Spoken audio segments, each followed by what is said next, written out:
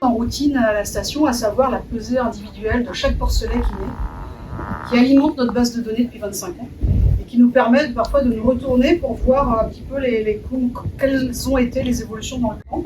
En l'occurrence, ici, j'ai récupéré les données des truies qui sont nées entre 2016 et 2019 pour illustrer ce que je voulais vous présenter sur l'évolution des caractéristiques de portée avec l'augmentation de la prolificité.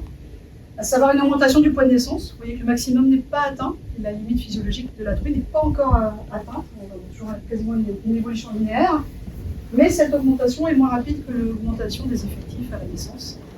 Ce qui fait qu'on observe une diminution du poids moyen des porcelets. Donc ils sont en moyenne plus petits et en plus ils sont plus hétérogènes, d'où la problématique d'un nombre de porcelets plus petits actuellement dans les élevages, des animaux plus fragiles. Donc, problématique de faire en sorte qu'on essaye d'améliorer leur viabilité, leur robustesse pour qu'ils survivent.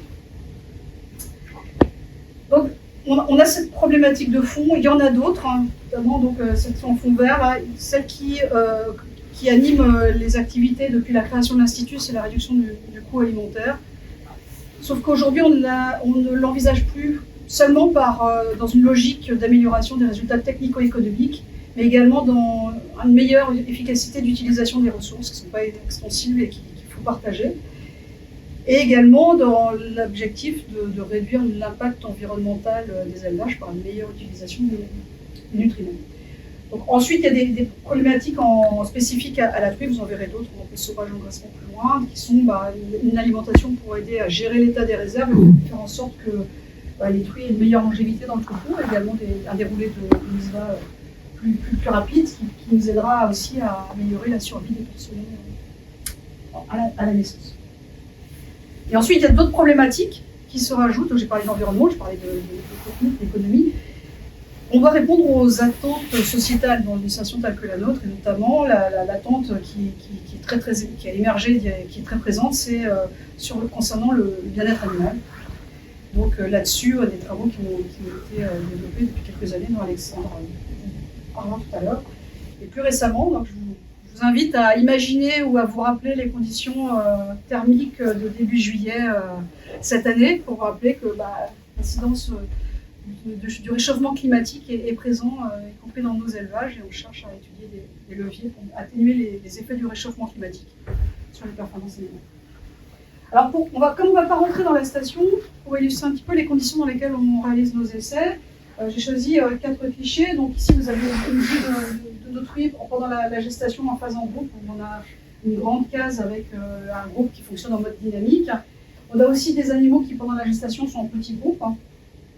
Et là-bas, vous avez une vue de la maternité sur laquelle Alexandre reviendra tout à l'heure. Le point commun de ces 3 visuels étant que dans chaque cas, on peut individualiser les apports alimentaires, les apports nutritionnels, utiliser des aliments soit en mélange, en pur, et surtout comparer des apports alimentaires différents en simultané. Alors soit on le fait par un distributeur automatique de concentré où on peut utiliser 4 aliments différents, soit on le fait avec des contrôles plus manuels, mais on peut également comparer 4 aliments différents. Et en maternité, on s'est équipé de stations d'alimentation de précision où on a 2 trémies qui nous permettent d'utiliser en simultané ou alternativement 2 aliments de lactation. Et enfin, autre équipement qui est indispensable pour conduire des essais sur l'alimentation avec une approche zootechnique, c'est la pesée des animaux. Donc, les truies, c'est une originalité de la station, on les pèse après la mise bas, en l'occurrence, ça c'est très original. Et bien sûr, on les pèse à d'autres stades aussi du cycle de reproduction. Donc soit on utilise des équipements de pesée plutôt manuels, soit des bascules automatiques qui s'équipent certaines installations, sachant qu'ici on investit beaucoup de technologie, qu'il y a beaucoup d'animaux qui viennent manger au même endroit. Donc je vais continuer sur la thématique des truies. Qu'est-ce que le bien-être animal en truie? Le bien-être animal, c'est une thématique très vaste. Aujourd'hui, je vais plutôt évoquer ce qui m'intéresse beaucoup dans ces thématiques de bien-être animal, c'est le comportement animal. Donc à la station expérimentale, on mène effectivement des essais aussi et des expérimentations sur leur comportement. En particulier sur la vidéo, ce qu'on peut voir, c'est l'expression du comportement exploratoire. On a fait des essais, donc il faut savoir qu'en élevage de France, on est obligé d'apporter des objets d'enrichissement pour que les animaux puissent justement exprimer leur comportement d'exploration. Oui, mais la question qu'on doit se poser aussi, c'est lesquels sont les plus adaptés. Adaptés pour l'animal, adaptés aussi pour l'élevage et l'éleveur. que ce soit pas non plus quelque chose qui soit contraignant à sans cesse renouveler. Il faut justement trouver le juste milieu. Et en gestion, justement, on a fait des essais sur les différents objets. Ici, c'était des tasseaux de bois. On a testé différentes essences. Le meilleur capteur pour étudier le comportement, ça reste l'humain. On équipe, pour déterminer un comportement, c'est quand même, on sait tout de suite, on arrive mieux à interpréter. La vidéo est quand même un bel outil pour pouvoir avoir une tranche d'observation beaucoup plus vaste. Et la vidéo, donc ça c'est une vidéo assez récente. Aujourd'hui, on va même un peu plus loin, puisque ça c'est aussi une photo de notre case en gestation. Donc actuellement, c'est suivi par des caméras grand angle qui permettent, en plus de ça, donc c'est au cours du projet SoMove, donc c'est un casse d'art. Hein. Si vous voulez avoir plus d'informations sur ce projet SoMove, il y a des flyers qui existent.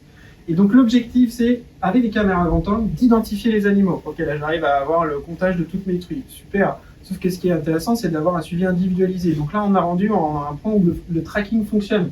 Cette truie-là, je sais ce qu'elle a fait toute la journée parce qu'elle a été suivie par vidéo. Et qu'est-ce qu'on arrive à déterminer en plus? C'est son activité de la journée. Combien de temps elle a passé couchée, combien de temps elle a passé debout. Pourquoi? Parce que ce qui va être intéressant, et c'est en lien avec tout ce qu'a présenté Nathalie, ce qui est possible dans la station, c'est que l'alimentation est individualisée. En fonction de l'activité de la truie, on va pouvoir avoir une alimentation adaptée à son activité. J'entends la sonnerie, donc je vais aller un peu plus vite. Qu'est-ce qui m'intéresse moi sur le comportement aussi, c'est les interactions sociales. Ce serait intéressant de déterminer s'il y a plus d'interactions sociales négatives, positives, en fonction de quels individus. Ça, c'est la continuité du projet SoMove. On a aussi une case maternité. Alors, on va aller sur la visite virtuelle, accessible aussi pour vous depuis le site internet de l'IFIP. Donc on va aller directement dans notre salle maternité. Qu'est-ce qu'elle a d'intéressant cette salle maternité? Tout simplement, déjà dans un premier temps, on a des cases liberté. Cases liberté, c'est en cours de développement dans les élevages français, mais ça reste quand même minoritaire. Donc là, on voit que la cage est fermée, on est dans une position de contention de la truie, mais qu'est-ce que nous offre cette case liberté comme possibilité? C'est de libérer justement la truie. On va pouvoir ouvrir et au bout d'une semaine après mise bas, pour éviter les premiers écrasements dus à des porcelets un peu faibles, on peut libérer la truie et là les interactions entre porcelet et truie du coup sont meilleures et surtout l'expression d'exploration de la truie aussi peut mieux, ce comportement peut mieux s'exprimer.